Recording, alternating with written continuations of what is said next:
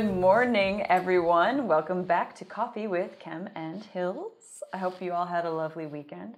How was your weekend? Do you even have like a weekend? I know that you're a busy working woman with a child. So like, what do you get a chance in the weekend that you get to just do something for yourself? I sometimes, we talked about our goals for 2022. Yeah. And so one of my goals is to get back into running. So that's typically like the time that I have to myself. So about 20 minutes. Do you enjoy it? Is that like that? Is that your way of like winding down? It's like my time. Okay. So wouldn't say it's like winding down, but I get to I put on some good music, and it really is just like kind of my time to like think about my week and what's coming up, what I did. Yeah. And sometimes I'm not even thinking at all and just going. And it is like whatever you're doing. It's like that moment is yours and no one else can bother you. Yeah. Especially if you're like out running. Exactly. I like running outside. I'm not a treadmill runner. I never have been. Oh, okay, yeah. I always have a perpetual fear of falling off the treadmill. That would be horrible. So I just prefer being outside. If that's ever happened to you, please leave a comment below. We want to hear about that. Yes, please. And we hope you're all okay as well. Yeah, my weekend, if I can do this, if I can just get to the end of the day, watch a show that I like to watch, not that my husband likes to watch. Well, he works late, so he's usually at work, and he works on the weekend. But if I can get, the baby in bed and I can just put a show on and have like a nice glass of whiskey, that's my go-to. That's nice. And I'm like, really I've nice. nailed it. I've nailed it. Okay, so today we have some hot topics that we're going to dive into, and I think there's some good juicy ones, and I have some I can relate to some of these. Yeah. So I'm excited to get into it. And then I'm going to tell you about the lineup of shows we have today on ROI TV. So yeah, I guess we'll get into hot topics. Yeah, let's talk about some hot topics. Yeah. All right, so hot topics. Today we are starting with an article from The Insider, 5 small lies about money that are bigger than you think. Yeah, I thought that this was really interesting. Financial infidelity. Yeah. Sounds so juicy. The second they put like that, they labeled it that, I felt the sense of guilt because, okay, the first thing I do think is small. Well, it's kind of small, depending on how much. But lying about the price you paid for something. Have you done this before? Yes, I have. Alone. But not about big ticket items because I don't think that that's fair. That's the examples they gave. Yeah. They were like thousands of dollars. Right. And yeah. It's more like, okay, maybe I paid $20 for it and I say that I paid 10. And then that's not a big deal. It's not a big deal. No, that's not going to hurt anyone. Exactly. And also monthly, my husband and I go through our finances just as like a check-in to make sure we're still on our goals. Yeah. But so it's like, you said that was $10. Right, exactly. 20. We've had that conversation before. Oh, he knows numbers, so he remembers. He does. Exactly. Oh, you're in trouble. So I especially before we started doing that, I don't want to say get caught, but we would have that conversation, and now I just say it what it was. Like, there's no point. No, there's no point from you. Yeah, so exactly. I'm gonna come clean. Exactly. I had that with my husband Tam when we were just dating, and so I feel better about it. We were just dating. We weren't like married yet. Right. Look at me. I'm like I already feel like guilty about this financial infidelity that happened when we first started dating. But I had a good job at the time, but I was really stressed out that I wasn't saving more money a month. And so I approached him and I was really stressed about it, really angry kind of. And he was like, well, let's just, where can we pull back? And we had a conversation about it. And I was like, yeah, I'm going to Starbucks like every day and things like that, right? Right. And then shortly after, I came home and I had gone shopping. It wasn't crazy. I mean, it was like at Urban Outfitters or something, or Zara. I don't know. But I had bags, and he made a little comment, and he was like, oh, do a little shopping, did you? And I was like, oh. And the lie just like, I was like, huge sale. Huge sale. 50% off. No, complete lie. I don't think I've ever owned up to that either. Well, now he'll find out. Yeah. Now he will find out. Now he will know that he married a big old liar. So, yep. But, it wasn't like, and same for you, it wasn't like the gateway drug into like bigger lies or anything like that, which is what this article was pointing out. They were saying you need to really look at why you're lying, why you felt the need to lie. And I get that. And for me, it was more me. I was judging myself, So, yeah. So that's just one thing to look out for. Yeah. It's a small lie that could be bigger than you think. And it could grow into and manifest into something else. The second lie that they pointed out in the article is hiding purchases or receipts. So it's funny. I haven't ever done that with my husband, but after college, I was living at home, working retail, buying a lot of stuff. And I was, living at my parents' house. Yes. And so I would tell my mom that, this old thing, like I would do that whole adage, or I'd leave the bags in the trunk of my car. Like it was, same thing, because she was telling me to save money, to do all, which I didn't. Yeah. But I don't do that with my husband, or haven't, because I think I got it out of my system with my parents. That's a growing pain, isn't it? It's like when you're in your early 20s and you're at home and your parents are like, you need to do this, and you're like, okay, yeah, I'll do it. But you're like, but I was surrounded by clothes all day, every day, and I wanted to buy them all, which I did. It was hard to resist. Impossible to resist. Exactly. I don't blame you. I don't know. That's still pretty harmless. That's a small lie. Yeah. Okay, this one didn't seem small to me. No, this one seemed like the worst one to me. I was like, this isn't a small lie. Keeping a secret bank account. Mm-hmm. If Tam did that, I would be like, oh, you're in trouble. Yeah, I feel like that one is, and I think the overall article was about like communicating and communicating about money. Yeah. And if you aren't able to communicate honestly with your money, about your money, then there's underlying issues in your relationship. And this one felt like a big one to me, because if you are keeping a secret bank account, what's that bank account for? And what else are you keeping secret? Why don't you trust your partner? Right.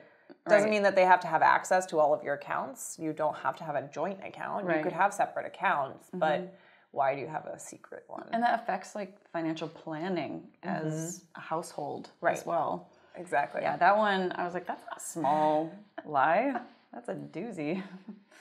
Okay, the next one, buying something with cash so that it doesn't show up on your bank account. Oh, I've got a funny story about this.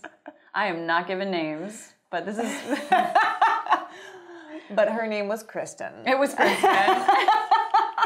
No, it isn't me, but I actually support this one, because I don't think I would lie about this personally, but there are things, I don't necessarily think that your partner needs to know every single thing that you get. Now, if you're hiding it for, I don't know, a reason because you don't trust them or whatever, that's more of an issue within the relationship that you might want to work out. But I have a friend who doesn't like sharing beauty secrets with their partner. Okay, because they like to keep, the mystery, like the whole I woke up like this. So they like to... Like Marvelous Mrs. Maisel in that opening scene where she like gets completely ready before and then goes back into the bed, and her husband never knows that she like puts on a full face of makeup. Yes. Okay. Yes, it's like that, except it's, in 2022 where she might visit the dermatologist and get some little things done, you know what I mean? And feels a little like, he doesn't need to know this, right? Interesting. Yep, so she does it in cash. So that is so funny. Yes.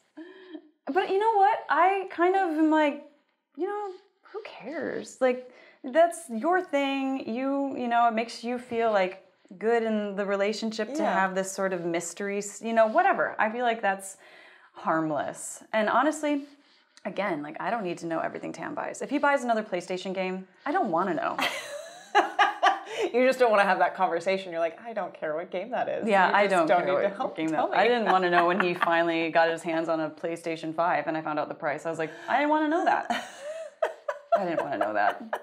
That could have been a vacation. Or savings. Or savings, But What else is there? Oh, okay. Taking money out of a joint bank account without discussing it first. Okay. I mean, that's not cool. No, and I think it goes back to, again, like the open conversation, just the open communication about money, I think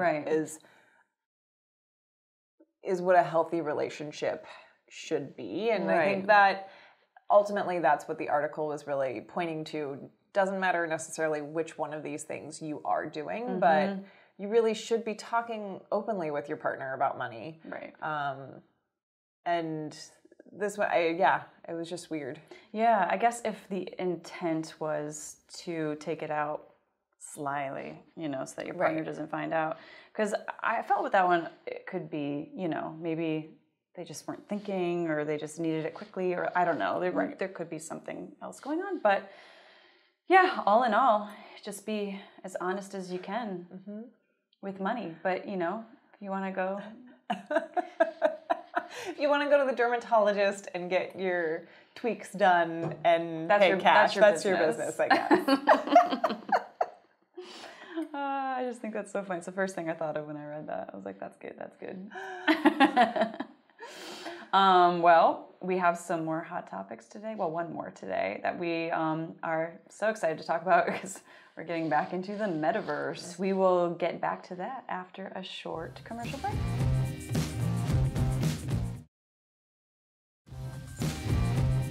Welcome back. Now we're going to get into the future. Well, actually, the present, right? Of the metaverse. So we read an article from CNBC.com titled Metaverse Real Estate Sales Top 500 Million and are projected to double this year. And last week, I was like, well, I'm really thankful there's not a lot of incentive to do this because right now they're saying that the risk was probably too high. And maybe this is more for fun.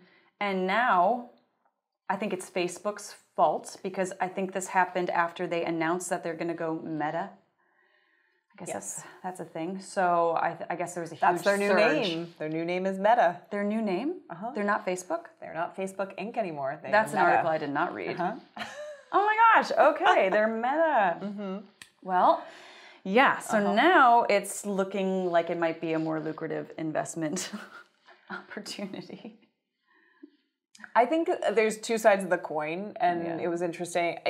It's definitely going to be a place where people are investing money. Companies are investing money. I think it is very interesting, though, because it's like the wild, wild west. And one of the things that they kept saying, the article points out, is that real estate is a good investment because there's a real estate. There is a finite amount of space. Land, of space. And so we're not making any more. Now, granted, that's what gives it value. Yeah, that's what gives it value. And location. Yes. But in the metaverse, there's not really location because it's all virtual because you can transport quickly from one place to another, so it's not like you actually have to physically walk from downtown Manhattan to LA. Exactly. You can be in one place to another so quickly. Well, and Sandbox, the largest metaverse platform, has already expanded because their sales were so high. Yeah. So then you're like, well, what is the value of this property if it is, infinite? Right. But I did like that they were like, you can just transport. And I was like, oh, you're not transporting. I don't transport from Facebook to Instagram. True. Oh my gosh. Oh, wait, there was something that I thought was interesting. Okay, Republic Realm paid $4.3 million for space in the largest metaverse real estate platform, which is Sandbox, which I just talked about. They're developing islands, okay? And in one day, they had developed 190 of these islands sold in one day. And they're also selling jet skis and boats that you can't actually ride. But your avatar can? I don't know. I mean, I think it's the metaverse is going to continually blow my mind. I think that is what I just have to get wrapped my head around, is that the article even, right, they pinpointed that about us, basically our generation and up. They said we can't wrap our heads around putting value on something that's not tangible, right. But the generations under us, right. They are like, of course. Right. I'm like, what? So this is where the future of advertising, it feels like, is going. The future of a lot of businesses, events might be going to the metaverse too, especially to capture that Gen Z and younger generation. So right. They said when looking for property, it's less about location and it's more about what you do on that property, like building a museum, a Six Flags Great Adventure, and you can pretend to ride, all of the fake bungees and roller coasters and So yes, I am of the generation, I guess, where I'm like, I don't know if I get this, but it is an interesting space to watch. It's an interesting space to see how people are investing in it and utilizing it. Yep. It is crazy the amount of money that's being poured into it. Do you think it's an easier way of hiding money so that you aren't taxed on it? Like, do you think there's some incentive in that way, or do you think that they're going to get on that at some point? Like they did with Bitcoin. Right. I don't know. I don't think it's going to be a way to hide money per se, but I think it's the only way I could wrap my head around it. I'm like, there's something, they're getting something out of this that's not legal. I think it's just a different way for people to start spending time. And so companies and retailers and real estate investors are now investing in this to capture people's attention and time. I blame the pandemic. Right? Because everybody's home. Yep, it closed us into our homes and we weren't getting out and everyone was spending more time in their phones and they're like, well, if we're going to be stuck here, let's create a metaverse. How meta. How meta. Oh, wow. Well, yeah, it's changing quickly. It is. I mean, we had this conversation last week and it's already, Facebook. Hey, Meta, sorry, Facebook. Meta. That's what I meant to say. Well, I guess that's it for Hot Topics today. We're going to go to another commercial break and we will be right back and I will talk about the shows that will be airing.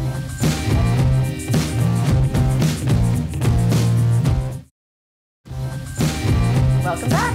Today on Your Money, Your Wealth, Joe and Al will explain their value of investing in muni bonds. On life's third act, Joe and Jill speak to Dan O'Brien from the BBB to discuss ways to stay scam-free. The number one tip, don't answer your phone calls. Easy enough.